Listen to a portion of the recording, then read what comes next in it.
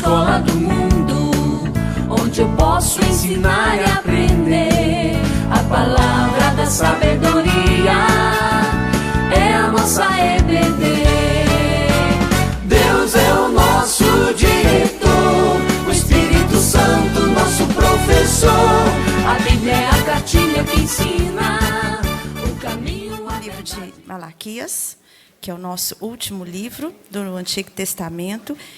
E na semana passada nós vimos que o primeiro pecado que o povo estava cometendo era perder a vontade de saber que Deus os amava. Então, eles estavam negando o amor de Deus. E nós vimos que eles sempre perguntavam, né? Em que nos tem amado? Que é uma pergunta muito atual, né? Que às vezes acontece alguma coisa na vida da gente, a gente fica perguntando assim, se Deus me ama, por que está acontecendo isso? Não é? Então, a gente vê que o livro de Malaquias, ele é um livro muito atual. Mas nós vamos continuar. Como eu disse para os irmãos, o livro de Malaquias, o título para ele que o pastor Hernandes Dias Lopes deu, e eu achei muito interessante, foi a igreja no tribunal de Deus. A igreja no tribunal de Deus. E aí a gente vê agora que o Senhor reprova os sacerdotes. Então, a gente vai ver agora que os sacerdotes estão no tribunal. Deus está reprovando a atitude dos sacerdotes. Eu fiz um quadro para facilitar, porque a gente vai ter que andar um pouquinho, né? Eu coloquei, então, nesse quadro, porque o segundo pecado que a gente está vendo é profanar o culto. A gente vê que o livro de Malaquias, ele fala muito da questão do culto. Então, o primeiro pecado que tem, olha lá, versículo 6. Os sacerdotes, eles não honravam a Deus, eles não respeitavam a Deus como Senhor, né? Eles não honravam a Deus como Pai, né? Porque havia um ditado, né? E é um ditado muito atual, né? É que o filho honra o pai e o servo respeita o seu senhor, que é uma coisa lógica, né? Então, os sacerdotes, eles não honravam a Deus como Pai, eles não respeitavam a Deus como Senhor, eles praticavam mal sem perceber que eles estavam praticando, né? Eles não percebiam que estavam entristecendo a Deus e eles não aceitavam a repreensão divina. Tanto é que eles perguntavam, em que desprezamos? Em que fizemos isso? Ou seja, a gente não está sabendo de nada, a gente está fazendo tudo certinho aqui. Em que a gente está fazendo de errado? O que nós estamos fazendo de errado? E aí eu coloquei uma relação ali com o culto individual e o culto público. Porque quando a gente fala de culto, não é só o culto aqui na igreja, o culto público, não. É o culto individual que a gente começa a partir do momento que a gente acorda. E a gente tem essa vida com Deus. E no domingo, o domingo é a consequência da nossa semana. Se a gente não viveu bem durante a semana com Deus, o domingo a gente vai ver aqui que Deus pode até chamar esse dia um culto inútil. Né? Uma coisa bem pesada. Né? E Deus espera ser honrado e respeitado por nós. Um filho pode obedecer ao pai por medo, por temor. Mas é bem melhor quando o filho ele obedece porque ele quer honrar o pai. Eu coloquei aqui uma história, que eu ouvi essa história há muito tempo atrás. Eu até procurei para pegar alguns detalhes, mas eu não consegui encontrar essa história. Mas a essência dela ficou gravada na minha mente. Um escravo, que todos queriam esse escravo na fazenda deles, era um escravo muito útil, né, muito proativo, e aí fizeram um leilão. Fizeram um leilão desse escravo. E um senhor muito rico da cidade comprou esse escravo. Aí pegou o escravo, ele pegou numa carruagem, levou esse escravo dentro de uma carruagem. Quando chegou num lugar, perto da cidade, assim, ele abriu a carruagem e pediu o escravo para descer. Aí o escravo falou, não, mas o senhor me comprou, eu tenho a obrigação de te servir. Ele falou, não, mas você está livre. Você pode fazer o que você quiser, você está livre. Aí o escravo saiu da carruagem. Aí o senhor, né, que havia comprado, ficou parado olhando para ele assim e vendo ele se distanciando. Daqui a pouco ele volta. Aí o escravo volta e fala assim: eu quero te seguir. Não por obrigação, mas que eu quero honrá-lo. Porque você me salvou, você me comprou. Então eu não quero servi-lo por obrigação. Essa frase é muito importante, né?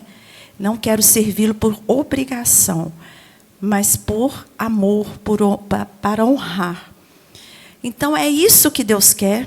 Deus nos comprou, mas Ele não quer que a gente honre a Ele, obedeça a Ele por obrigação. A gente tem que sentir prazer. O segundo item: ofereciam sobre o altar o pão imundo, traziam o animal cego, coxo ou enfermo para o sacrificar. Eles se diziam sacerdotes, mas faziam tudo diferente da lei.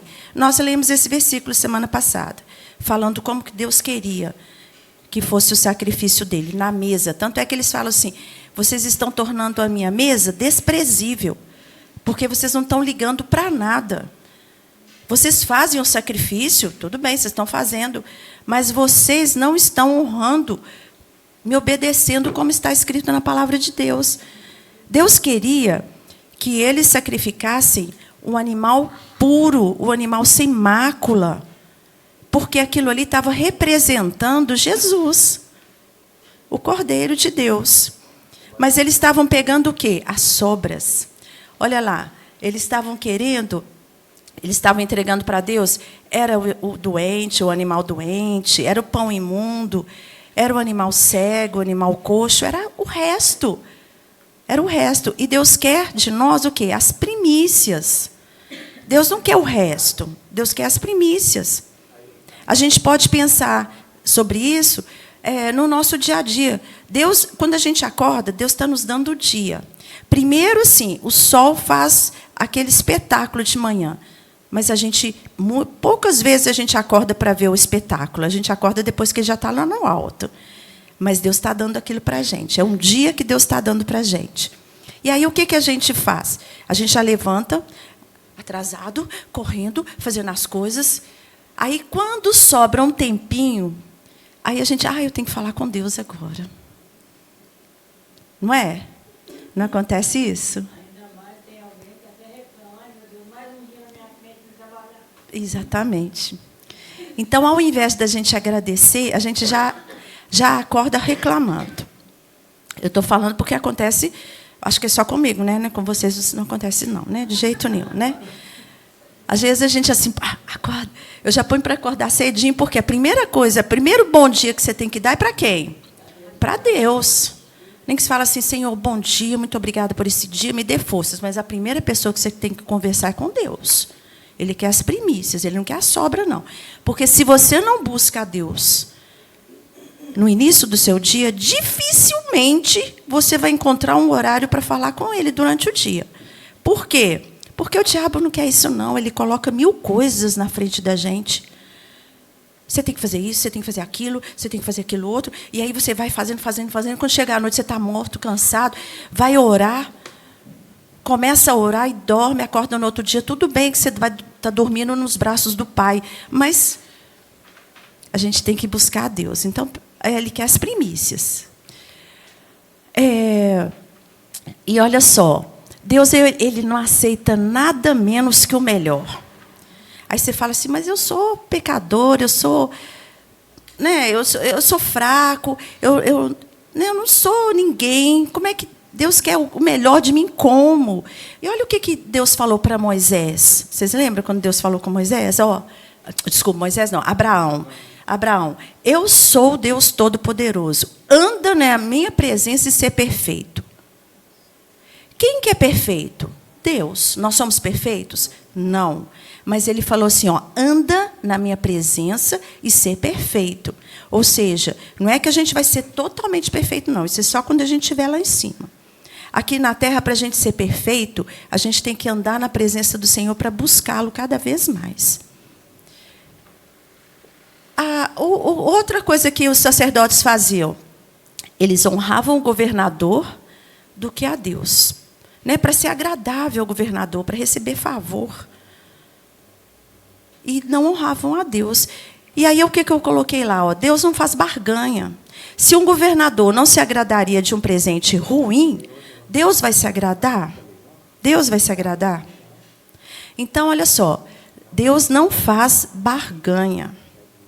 Então, às vezes, o que acontece às vezes com a gente? Às vezes eu sempre penso nisso.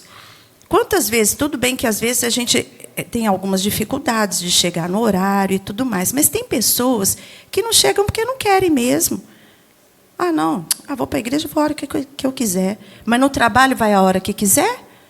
Não vai, não. Você não tem horário para chegar no trabalho, você não tem horário para chegar na escola, tem horário para chegar na faculdade.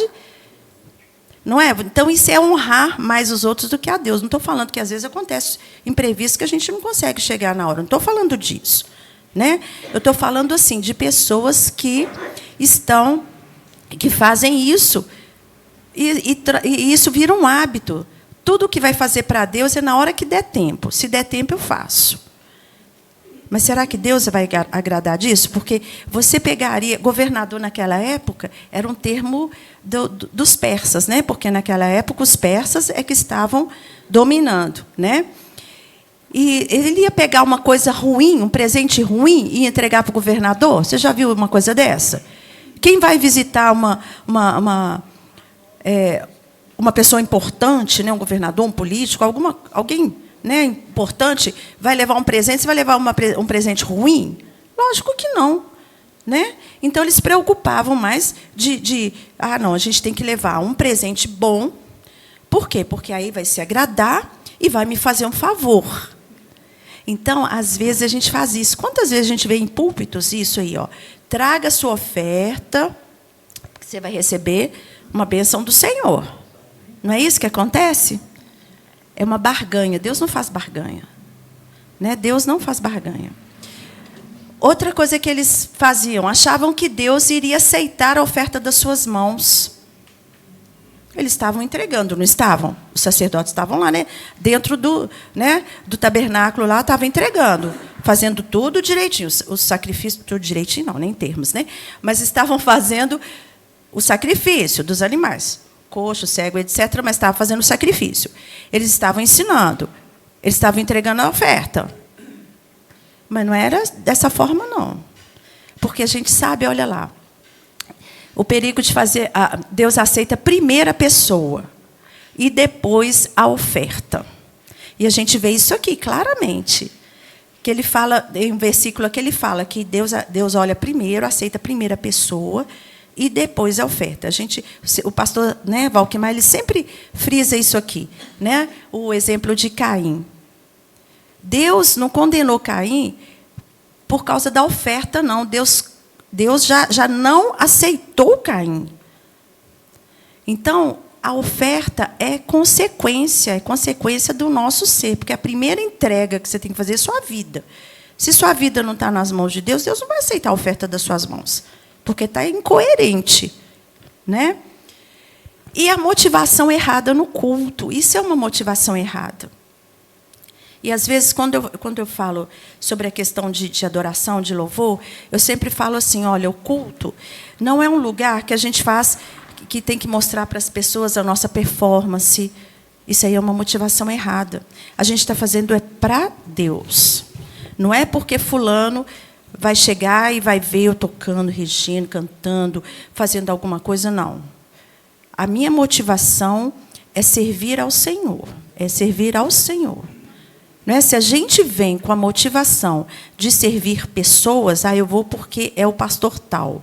Ou eu não vou porque é um pastor que vai pregar, eu não vou porque eu não gostei do louvor, eu não vou porque eu não gostei do coro. Não. Então, isso é uma motivação errada. Vocês estão me ouvindo, mas no culto, quem está nos ouvindo é Deus. Ele que é a plateia. Nós vamos prestar um culto. Tanto é que a gente não assiste culto.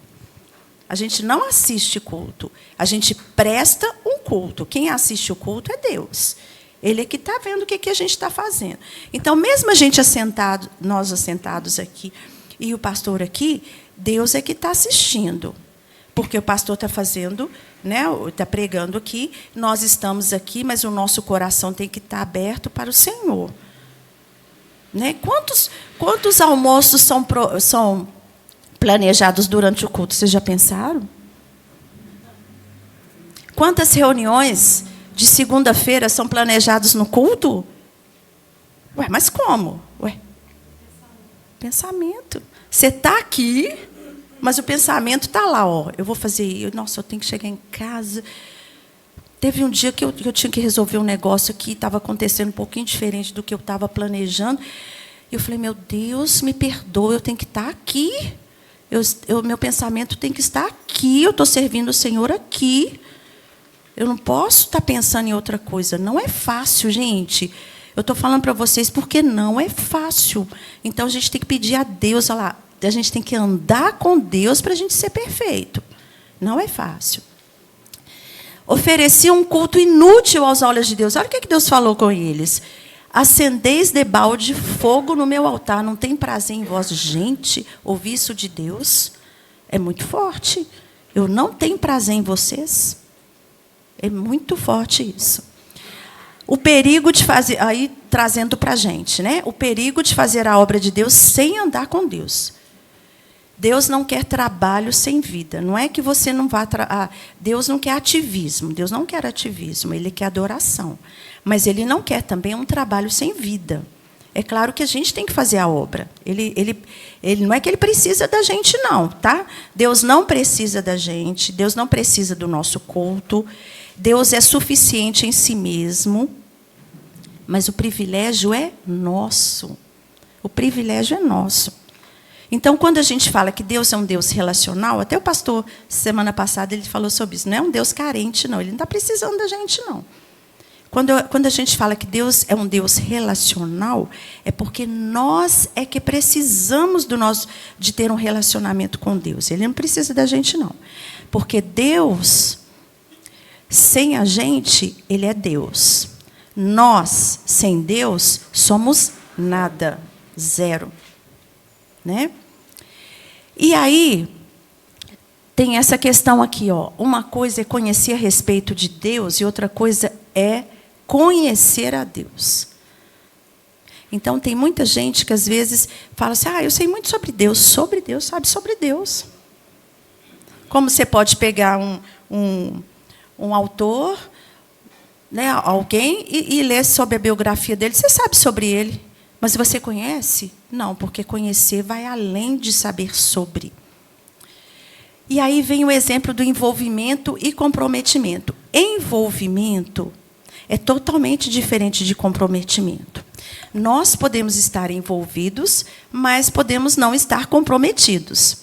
Aí, vocês me desculpem, mas eu achei esse exemplo aqui perfeito. O ovo com bacon. Eu não sei se vocês gostam de ovo com bacon. Mas olha só. Ali tem dois personagens que estão ali.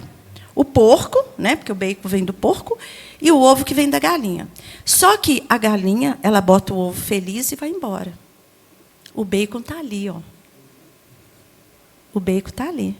Então, a galinha ela só está envolvida. O ovo está ali e ela foi embora. O bacon não. O bacon está comprometido. É um exemplo meio ruinzinho, né, gente? Mas eu acho que dá para a gente pensar nisso. Estar envolvido não é a mesma coisa que estar comprometido. A gente pode fazer a obra, mas sem estar comprometido. Por quê? O comprometimento ele vem de dentro. Outro. Achavam o culto. Culto é serviço. Tanto é que culto em inglês, a tradução é serviço. A gente vem para servir a Deus. Né? O culto é um serviço. Achavam o culto, o serviço, uma canseira. Enfadavam-se do culto. Vocês já viram isso? Ai, estou cansado do culto. Ai, estou cansado. Tem hora que a gente está cansado mesmo, por alguns motivos. Mas assim, não é que justifique, não. Tá? Isso não justifica, não. Mas a gente tem que ter cuidado, sabe? Às vezes a gente é cansado físico, Mas o cansado emocional, o cansado espiritual, a gente tem que estar preocupado com isso. A gente não pode cansar o espiritual, não. Às vezes a gente pode estar cansado fisicamente para fazer alguma coisa, mas a gente pode estar comprometido. Tá? Eles acostumavam, eles desprezavam as coisas de Deus, né? Mais uma vez Deus fala isso, porque isso está muito forte no livro de Malaquias. E eles acostumavam se consagrado e não tinham mais prazer em adorar. Já acostumaram, gente. Vocês já viram, assim, às vezes a gente pode se acostumar com o culto? Pode. Você pode vir para o culto, sabe? Assim, eu já sei até a ordem do culto, o que vai acontecer. Mas não tem prazer, gente, não tem prazer. É diferente do que o salmista diz lá em Salmo 122, versículo 1. Alegrei-me quando me disseram, vamos à casa do Senhor. Se a gente não tem alegria de vir para a casa do Senhor, tem alguma coisa errada. A gente tem que olhar o nosso termômetro espiritual. Tem alguma coisa errada. A gente tem que ter alegria. Ah, mas aconteceu isso, mas tem alguém lá que... Mas eu estou aqui. Eu venho por causa do Senhor. Ele que é a minha motivação. Eu tenho que estar alegre por Ele. Tá? E aí, o que acontece? Está tudo aqui em Malaquias, no capítulo 1. Mas eu estou tentando correr um pouquinho, tá, gente? Mas depois vocês vão verificar isso aí. Deus prefere igreja fechada a culto hipócrita. Está escrito aqui. Era melhor fechar... Se vocês estão prestando um culto assim, é melhor fechar a porta da igreja. Porque eu não aceito culto hipócrita. Aquilo que impressiona os homens pode não impressionar a Deus. Vamos lá, Amós 5:23. Quem encontrar aí para mim, por favor. Amós 5:23.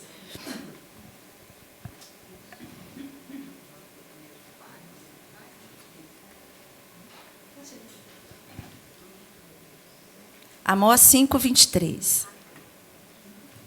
Quem encontrou pode ler bem alto aí, por favor.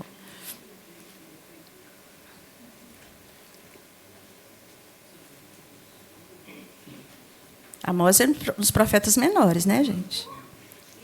5:23. Porque assim diz o Senhor Deus, cidade da qual saem 1000, conservará 100. E aquela da qual saem 100, conservará 10. Amós 5:23. É isso? Ah, tá. 5:23. Afasta de mim o estrépito dos teus cânticos, porque não ouvirei das melodias das tuas liras. Olha, afasta de mim o estrépito dos teus cânticos, porque eu não quero ouvir vocês, não. Porque não adianta. Ó, já falaram o seguinte, que o crente ele mente muito quando canta. Já ouviram isso? Tudo entregarei. Não está entregando nada. E aí a gente canta sem perceber o que a gente está cantando. Eu sempre falo, né, quando eu estou falando sobre a questão da adoração, e eu falo para o coro também, quando a gente está ensaiando, a gente tem que cantar pensando na letra, porque senão não faz sentido. Não é? A gente está cantando por cantar. Faça um teste. Faça um teste com vocês. De vez em quando eu faço comigo.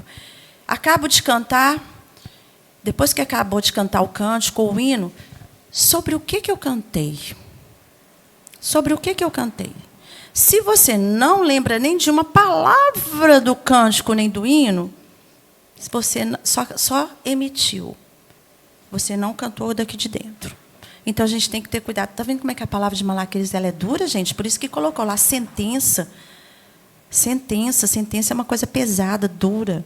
E é uma coisa assim que tem nos púlpitos, é difícil de você ouvir isso em algumas igrejas, porque às vezes os púlpitos estão pregando só o que o povo quer ouvir, só coisa boa, só coisa boa. E a palavra de Deus está mostrando tanta coisa errada na vida da gente, né? Achavam que enganavam a Deus. Agora nós vamos lá para Malaquias mesmo, capítulo 2, e o versículo 2 e 3, que fala assim, eu vou ler, tá? Se não ouvirdes e não propuserdes no coração da honra... Peraí. Achavam que enganavam a Deus. Não, desculpa. Eu pus errado ali.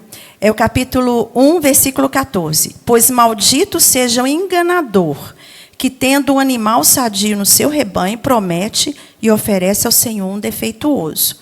Porque eu sou o grande rei, diz o Senhor dos exércitos. O meu nome é terrível entre as nações. Deus não se deixa enganar. Então, às vezes, tem pessoas que acham que Deus pode enganar Deus. A gente não pode enganar Deus, porque Ele tem um raio-x da vida da gente. Deus, Ele olha para o coração da gente. E Deus sabe fazer contas. Então, a gente tem que ter cuidado com isso. Né? A gente não consegue enganar a Deus. Olha lá. Deus amaldiçoa o enganador, porque Ele vê o coração, o bolso, o gasofilácio. Aqui ele está falando das ofertas, né? E Deus sabe fazer contas. O outro, desviavam do caminho e, por sua instrução, fizeram tropeçar a muitos. O que eles estavam ensinando? Estavam. O sacerdote, uma das funções dele é ensinar. Ele estava ensinando o povo. Mas o que ele estava ensinando? Estava fazendo o povo desviar. Olha lá, função do sacerdote. No capítulo 2, 7, fala assim, olha... Porque os lábios do sacerdote devem guardar o conhecimento, e da sua boca devem os homens procurar a instrução, porque ele é mensageiro do Senhor dos exércitos. Deus está falando, a função de vocês é essa. Só que vocês estão fazendo totalmente diferente. Vocês estão ensinando outra coisa. Vocês estão distorcendo a palavra de Deus. Olha lá. Quando se prega um ensinamento falso, a partir da liderança, isso pode destruir o povo, a vida do povo. Púlpitos podem destruir bancos. Aqui está falando de pastores, né, dessas igrejas em que os pastores falam de si mesmo, fazem a sua própria interpretação, não buscam a Deus, e induzem o povo naquele caminho. Falsas doutrinas nas igrejas, e de hoje, tem muito, né? E a distorção da palavra de Deus. O culto deve ser regido por princípios bíblicos. Ok, acabou, né, gente? Obrigada. E aí, a gente tem algumas coisas para pensar aqui. Primeira coisa, Deus, Ele rejeitou Israel, né, através dessas palavras, que é dessa palavra que Ele trouxe para o povo, julgando o povo, Ele estava rejeitando. Aliás, desculpa, Israel rejeitou a Deus. Mas Deus, isso aí não frustrou o plano de Deus. Por quê? Porque Ele formou um povo para adorá-lo. E aí a gente vê isso lá em Malaquias 1:11, que fala assim, olha, mas desde o nascente do sol até o poente, é grande entre as nações o meu nome, e em todo lugar lhe é queimado incenso e trazidas ofertas puras. Porque o meu nome é grande entre as nações, diz o Senhor dos exércitos. Deus, o povo de Israel, rejeitou a Deus, mas não frustrou a Deus, não, porque Deus já estava preparando um povo. E olha o privilégio que a gente tem. A gente está entre esse povo aqui que Deus está falando. Não é? Quando a gente busca servir a Deus e né, oferecendo o melhor para Deus. E também outra coisa, lá em 1 Pedro 2,9... diz assim, eu vou ler porque senão vai ficar difícil de passar aqui. 1 Pedro 2,9 fala o seguinte, olha, vós, porém, sois raça eleita, sacerdócio real, nação santa, povo de propriedade exclusiva de Deus, a fim de proclamar as virtudes daquele que vos chamou das trevas para a sua maravilhosa luz. O que nós somos? Povo de Deus. Nós somos geração eleita. Nós somos escolhidos antes da fundação do mundo, né? E nós somos sacerdócio real. Não existe mais sacerdote, mas porque cada um de nós é um sacerdote. Para quê? Para a gente proclamar as virtudes daquele que nos chamou das trevas para a sua maravilhosa luz. Para proclamar a palavra de Deus. Quando você está falando de Deus, você está cumprindo a sua função de sacerdote. Quando você está adorando a Deus, você está cumprindo a sua função de sacerdote. E aí a gente pensa assim, Deus nos criou para quê? Para o adorar. qual que é a função principal da vida cristã? É adoração. Ah, não é evangelização? Não. Evangelização é consequência. Por quê? Porque a gente evangeliza para que outros adorem a Deus. Adoração é o principal. Se a gente não adora, a gente não consegue evangelizar. Porque se a gente adora a Deus, a gente quer que outros adorem junto conosco. Então, a evangelização ela é importante, sim. E Deus quer que a gente pregue o evangelho. Mas a partir do momento que a gente adora. Vocês se lembram lá quando Deus falou com Moisés para tirar o povo, para falar com o faraó, para tirar o povo do Egito? Foi para quê? Para eles saírem aqui desse trabalho escravo? Foi para isso? Para o adorar. Adoração é muito importante. Adoração é muito importante. A gente vai ter muito tempo ainda para falar, né? Eu só quero andar mais um pouquinho aqui no versículo, em Malaquias, no finalzinho do capítulo 2. Porque aí na próxima semana a gente vai para outro pecado. O terceiro pecado do povo aqui, e eu já vou falar rapidinho,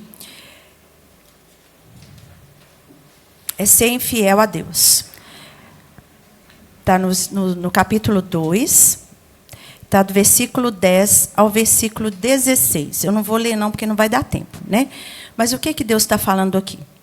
Deus está falando aqui que o povo estava sendo infiel a esposa, sua esposa. O que eles estavam fazendo? Eles estavam deixando a sua esposa, divorciando da sua esposa e casando com uma mulher pagã.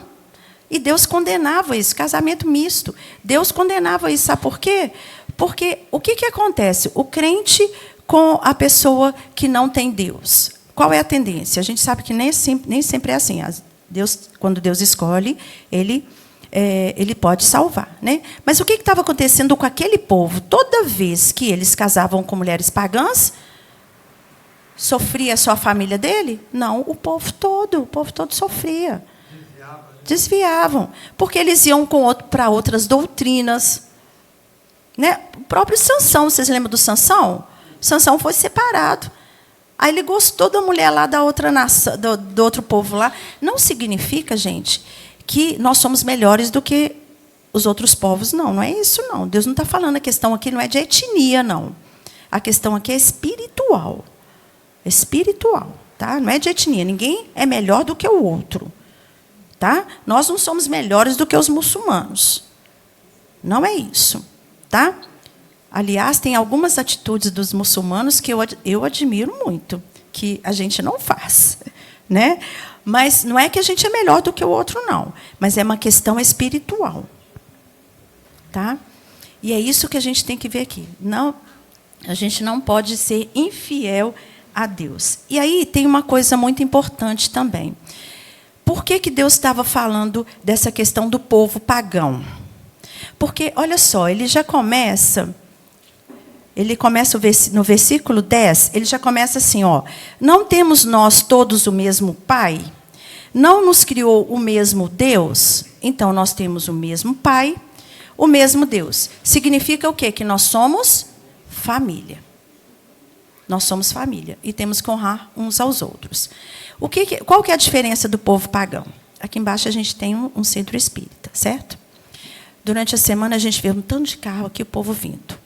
Eles vêm, eles servem as entidades que tem aí, oferecem os seus serviços aí, e depois vão embora, vão viver a vida deles.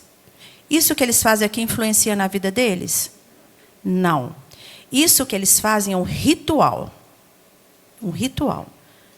Né? Não é só desse aqui, mas outras seitas que a gente conhece. Eles vão, servem a entidade, fazem o seu serviço lá, depois vão embora para casa. Eles vão embora para casa. Isso não altera em nada a vida deles. Mas o nosso relacionamento com Deus é um pacto, é uma aliança.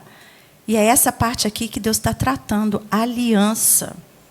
Uma aliança significa que o que eu faço aqui, eu tenho que me comprometer todos os dias. O que eu faço aqui, no domingo, é uma consequência da minha semana. Se a palavra de Deus ela não mexe comigo durante a semana, não tem sentido no domingo. É um culto inútil. É um culto hipócrita. Então, o nosso relacionamento com Deus, porque nós temos o mesmo Deus, o mesmo Pai, e nós temos uma aliança com Deus, não é ritual, é pactual. Nós temos uma aliança com Deus. Então, é isso que a gente tem que pensar. Eu tenho que honrar essa aliança que Deus tem comigo. E o quarto pecado, que eu vou encerrar, que eu quero que vocês abram, por favor, lá no capítulo 2, versículo 17. Aí já mudou de figura. Antes, Deus estava colocando a igreja no tribunal, não é isso? Agora, Deus está sendo colocado no banco dos réus. Olha o que está falando aí. Enfadais o Senhor com vossas palavras. E ainda dizeis, enfadais com suas palavras. Ou seja, o povo estava desonrando a Deus, não é só com as atitudes, não, com as palavras também, tá? Aí o povo falando para Deus, olha lá, em que o enfadamos? Nisto que pensais, qualquer que faz o mal passa por bons olhos do Senhor, e desses é que ele se agrada. Onde está o Deus do juízo? Olha o que Deus o povo está falando com Deus. Onde é que está o Deus da justiça? Está acontecendo isso tudo comigo aqui. Onde é que Deus está? Deus está cego, Deus está surdo. É isso que o povo estava falando com Deus. Estava colocando Deus lá no banco dos céus e estava falando isso com ele. Onde é que está o Deus da justiça aqui? Aonde? Se está acontecendo isso comigo, onde é que está Deus? Onde está Deus? O povo está colocando Deus no banco dos céus. E aí a gente fala assim, por que o crente adoece? Ué, não é filho de Deus? Deus não tem que cuidar? Deus não é bom? Tem pessoas que questionam isso. Deus não é bom? Isso mostra uma atitude ingrata. Uma atitude de rebeldia, uma atitude de não aceitar Deus. Aí pergunta, onde está o Deus da justiça? Está acontecendo isso comigo. Olha que injustiça que estão fazendo comigo. Cadê Deus nisso aí? Cadê? Onde é que Deus está? Gente, isso é uma pergunta que a gente sempre faz, né? Às vezes a gente faz, não é? Não? Não é? Acontece alguma coisa, você fala assim, por que fulano que... Olha, aqui está falando, ó. Olha lá, as pessoas estão... Qualquer que faz o mal está sendo bom aos olhos de Deus. Por quê? Porque aquele que é mal lá, ó, está prosperando e eu não. Eu estou servindo a Deus, eu não estou, não. Jó passou pela cabeça dele algumas coisinhas assim. E Asaf também, que foi ministro de música daquela época, né, um cantor, também passou isso na cabeça dele. Olha, está acontecendo isso, Senhor, mas está lá no Salmo 73. Depois vocês vão ler o Salmo 73 para vocês verem. O ímpio está prosperando, eu não. Eu estou servindo a Deus, eu estou aqui. Está acontecendo isso tudo comigo. Deus, né? Onde é que está Deus? Cadê Deus? Justiça de Deus? Onde é que está Deus? E o povo está falando isso. E aí, o que acontece? Deus responde. No versículo 3, de 1 a 5, é a resposta de Deus. Estou terminando. Deus responde que esse Deus, vocês estão perguntando onde que está esse Deus da justiça? Uma vez perguntaram para a filha de Billy Graham, estava acontecendo uma tragédia, não sei se foi uma tragédia ou se quando o pai eu não lembro, eu sei que assim, perguntaram para ela onde que estava Deus. Ela falou assim, no mesmo lugar, controlando as coisas, nada fugiu ao controle dele, ele está no mesmo lugar.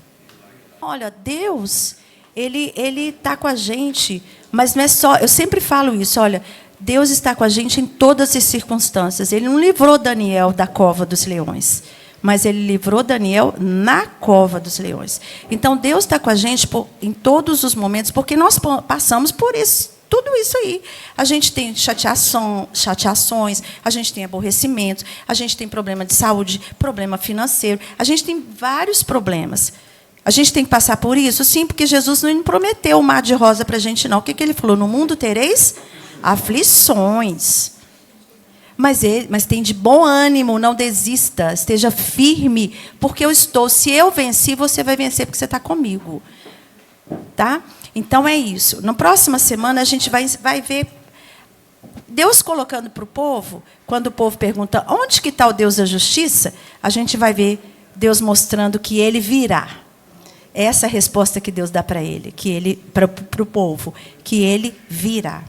Então, essas coisas é que fortalecem a vida da gente, né? Quando a gente sabe que Deus está conosco, mesmo nas dificuldades, né? Nós não temos uma vida de mar de rosas, não temos. Nós temos muitos problemas, mas Deus está conosco, Ele vai nos ajudar a vencer.